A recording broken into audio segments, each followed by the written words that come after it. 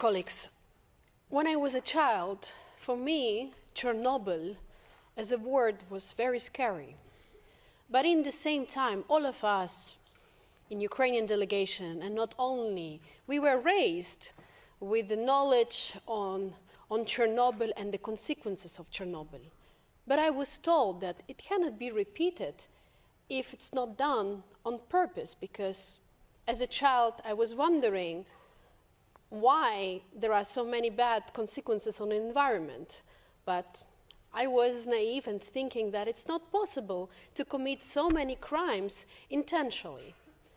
But unfortunately, in the recent years, we've learned about Kakhovka, we've learned about, already mentioned by my colleagues, mined lands, direct and indirect consequences to our environment, to our land, to our dead flora and fauna. And that's very heartbreaking to hear the stories when, for instance, the shelter of animals was an absolute fire and was absolutely destroyed because of the missiles and attacks from Russia. That's absolutely heartbreaking to hear these stories, but we often think, okay, it's heartbreaking, but that's not the crime because it's environment.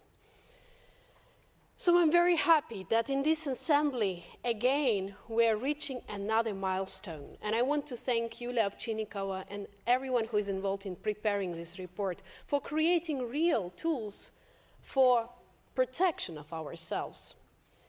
Yes, that's absolutely right that ecocide should have the criminal understanding. And every time when there is an attack with missiles or with something else, there are always consequences on environment, whether we hear about them or no. Look at the air quality after each of the attack. Look at the water quality in Ukraine after all these fish and other animals are dead. Everything is so connected.